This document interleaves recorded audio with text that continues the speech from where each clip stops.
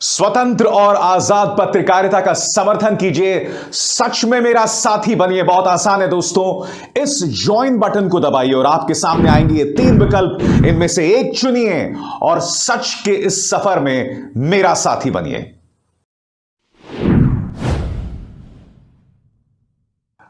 नमस्कार दोस्तों, तो चौथे चरण के मतदान जो है उत्तर प्रदेश में पूरे हो चुके हैं और मैं जानता हूं आपके जहन में वो सवाल होगा कि इस वक्त सबसे आगे कौन है, और इस सवाल का जवाब जानने के लिए आपको अंत तक रहना पड़ेगा मेरे साथ। मगर मैं आपको बता दूं, लखीमपुर खीरी, वो जगह जहां मोदी के मंत्री के बेटे ने किसानों को रौंद दिया था, वहां पर एक बहुत ही दिलचस्प खबर सामने आई है। क्या आप जानते हैं कि मतदान से पहले मॉक वोटिंग होती है? मॉक वोटिंग से क्या मतलब है कि जो अधिकारी होते हैं वो लोग जांच परख करते हैं मशीन्स की, और अधिकारी जब ये मॉक वोटिंग कर रहे थे, यानी कि मशीन की जांच कर रहे थे, तो पता चला कि जो भी बटन दबाओ भारतीय जनता पार्टी की पर्ची सामने उभर कर आती थी। खबर क्या कहती है मैं आपको पढ़ के सुनाना चाहता हूं।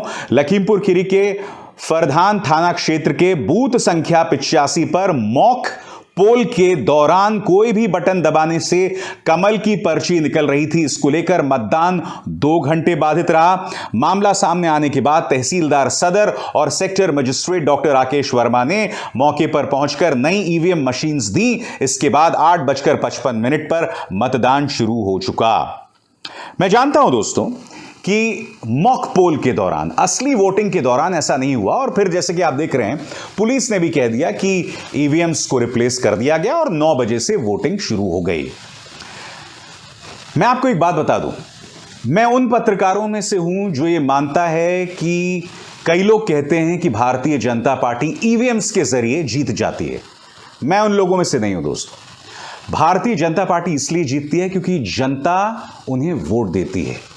मेरे पास ऐसे कोई प्रमाण नहीं है कि ईवीएम्स के साथ धांधली की जा सकती है, मगर ऐसी फालतू, फर्जी और जिसे कहते हैं खराब मशीन्स का इस्तेमाल अगर किया जाएगा तो इससे ज्यादा शर्मनाक बात कुछ नहीं हो सकती है।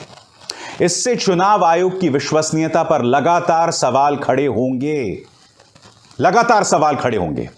और यही नहीं दोस्तों, प्रशासन का जो पक्षपाती रवैया है वो भी सामने उभर कर आ रहा है।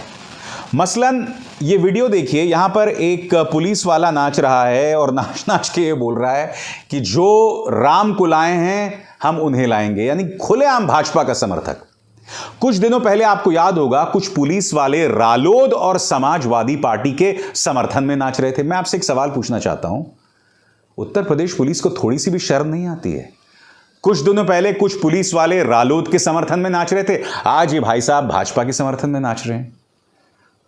आप पुलिस हैं, आप इस तरह से घोर पक्षपाती नहीं हो सकते हैं।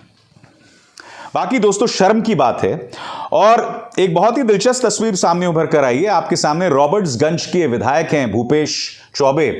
आप देख रहे हैं उठक बैठक लगा रहे हैं। क्यों उठक बैठक लगा रहे हैं?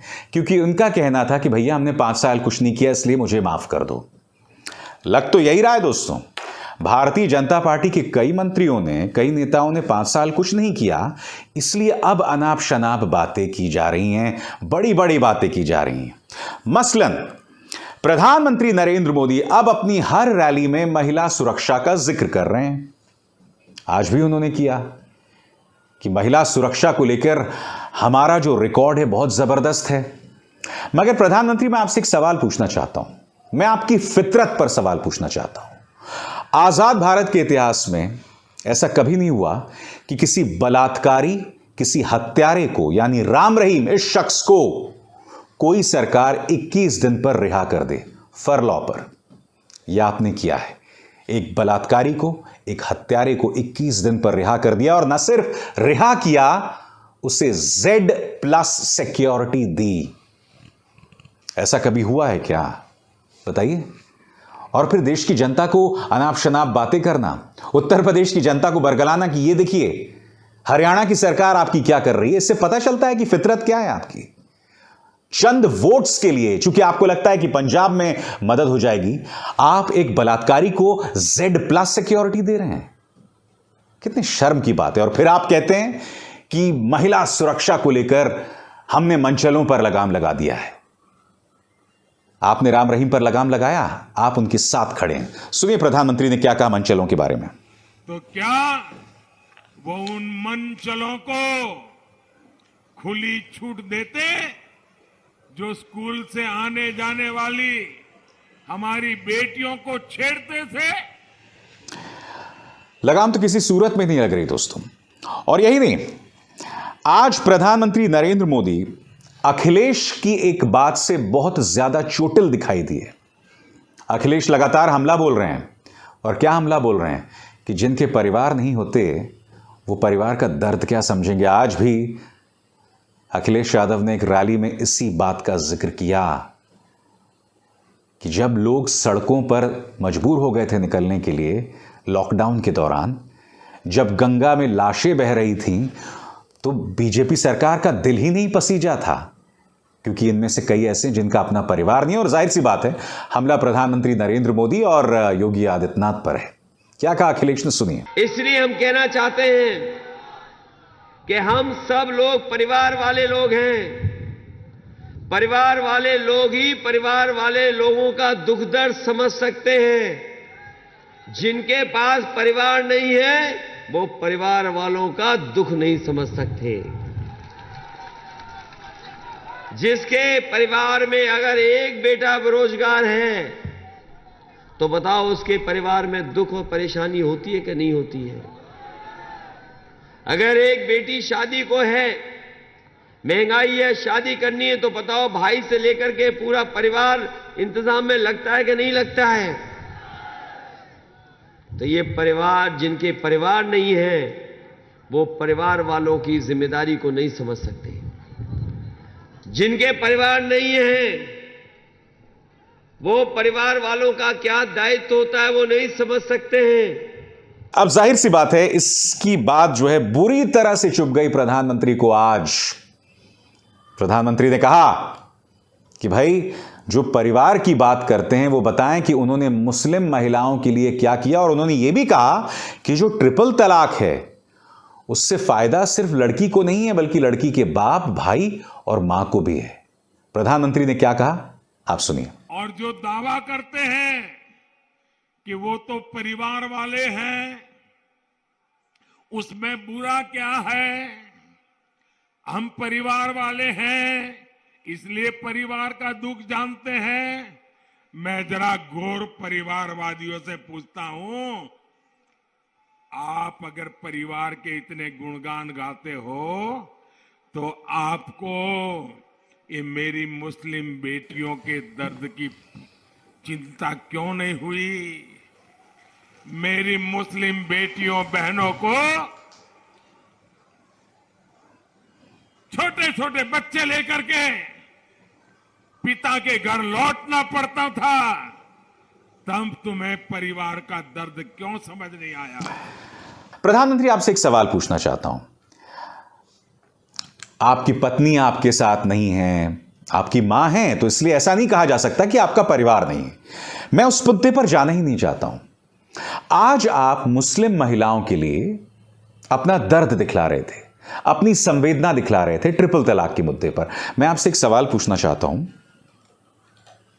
हिजाब सिर्फ एक स्कार्फ, उसको लेकर कभी विवाद नहीं हुआ। कर्नाटक जहां आपकी सरकार है, लड़कियों को हिजाब तक पहनने की इजाजत नहीं दी गई, उसको लेकर इतना बड़ा विवाद बना दिया गया। नतीजा यह हुआ कि बजरंग दल के कार्यकर्ता की हत्या रहस्यमय परिस्थिति में होती है और पूरे राज्य में या कम से शिवमोगा वाले इलाके में दंगे जैसे हालात पैदा हो जाते हैं, सिर्फ हिजाब को लेकर। यह आपकी सरकार है मोदी जी, जहां पर लड़कियों की नीलामी होती है बुल्ली और सुल्ली डील्स के जरिए। मुस्लिम महिलाओं की नीलामी होती है, इससे पहले कभी नहीं हुआ। और आप इन तमाम मुद्दों पर खामोश हैं, तमाम मुद्दों पर खामोश हैं। एक शब्द नहीं निकला आपके मुंह से। ट्रिपल तलाक आप इसलिए उठा रहे हैं, इसमें दो राय नहीं है कि ट्रिपल तलाक एक दंश है, एक शाप है मुस्लिम महिलाओं के लिए। मगर जब आपके सामने बुल्ली और सुल्ली डील्स में मुस्लिम महिलाओं की नीलामी की जाती है, तब आप खामोश क्यों रहते हैं? बताइए। जब हिजाब को लेकर बेवजह एक बवाल पैदा कर दिया जाता है एक भाजपा शासित राज्य में, तब आप खामोश क्यों रहते हैं? आप जानते हैं तमाम चीजें क्यों हो रही हैं? ये तमाम चीजें इसलिए हो रही हैं क्योंकि आप खामोशी अख्तियार कर लेते हैं। आप अगर खामोशी ना अख्तियार करें ना, तो ये तमाम चीजें नहीं होने वाली हैं प्रधानमंत्री। आप बार बार खामोश रहते हैं और इससे पता चलता है कि इस तरह से जो लोग अराजकता मचाने वाले हैं, आप उनके साथ हैं मोदी जी। क्योंकि अगर आप उनके साथ ना होते तो आप जरूर बोलते, और अगर आप बोलते तो इसका असर जमीन पर दिखाई देता। मगर आपको लगता है कि चंद वोट्स हासिल कर लिए जाएंगे, इससे भाजपा का फायदा हो जाएगा। कितने शर्म की बात है। दोस्तों, मैं आपको बता दूं कि महिला सुरक्षा पर जो लगातार हमला किया जा रहा अखिलेश यादव पर, अखिलेश यादव आज अपने वोटर्स को बता रहे हैं कि महिला सुरक्षा को लेकर या महिलाओं को लेकर उनकी पार्टी क्या करने जा रही है। सुनिए। महिला शिक्षकों के उनके गृह जनपद में पोस्टिंग होगी। बस में चलने के लिए छात्राओं को एक भी पैसा नहीं देना पड़ेगा, छात्राएं फ्री चलेंगी। जो 12वां पास करेंगी बेटियां, हमारी बहनें, उनको 36,000 रुपया महीना साल में देने का काम समाजवादी सरकार में होगा। लड़कियों की पढ़ाई केजी से पीजी तक फ्री, कोई भी पैसा नहीं देना पड़ेगा। जो हमारी गरीब माताएं हैं, जो हमारी गरीब माताएं हैं, उनकी मदद समाजवादी पेंशन से कर रहे थे, समाजवादी पेंशन से मदद कर रहे थे। इस बार समाजवादी सरकार बनेगी तो 500 नहीं, हमारी गरीब माताओं बहनों को 1,500 रुपया महीना और साल का 18,000 रुपए देने का काम समाजवादी सरकार में होगा। इसमें दो राय नहीं है कि एक तरफ महिला वोटर, जिसको लेकर भारतीय जनता पार्टी अचानक इतनी सक्रिय हो गई है, और दूसरी तरफ आवारा पशुओं का आतंक। ये दोनों मुद्दे अचानक चौथे चरण में आते आते बहुत ज्यादा गंभीर हो गए हैं।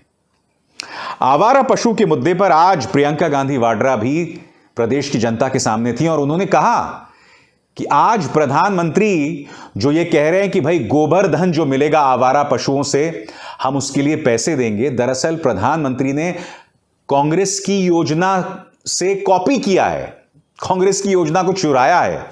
क्या कह रही हैं प्रियंका, आप सुनिए, क्योंकि उनका कहना था कि ऐसी योजना तो हम छत्तीसगढ़ में ला चुके हैं और वही योजना हम उत्तर प्रदेश में लाएंगे। सुनिए। किसानों के लिए हम कह रहे हैं कि ये जो छुट्टे जानवर की समस्या है, इसको सुलझाने के लिए कांग्रेस की सरकार ने छत्तीसगढ़ में बहुत काम किया है। मुझे तो अच्छा लगा वैसे कि हमारी सरकार की नकल में अब कल परसों मोदी जी ने भी छुट्टे जानवर की बात की तो वही बात की, लेकिन हमारी सरकार ने छत्तीसगढ़ में करके दिखाया। क्या किया? उन्होंने कहा देखिए, अगर छुट्टे जानवरों को आप देखभाल कर लेते हैं तो सरकार आपसे 2 रुपए किलो गोबर खरीदेगी। अब शुरुआत में तो लोग हंसने लगे कि सरकार गोबर खरीदने लग गई है, लेकिन उस गोबर का फिर सरकार ने इस्तेमाल किया। जो महिलाओं के स्वयं सहायता समूह हैं, उनसे गोबर में वर्मी कंपोस्टिंग करवा के बढ़िया खाद बनवाई, गोबर गैस बनवाई। इससे महिलाओं का भी फायदा हुआ, जनता का भी फायदा हुआ और छुट्टे जानवर को लोग घर में रखने लग गए, देखभाल करने लग गए, क्योंकि उसके लिए कमा लेते हैं।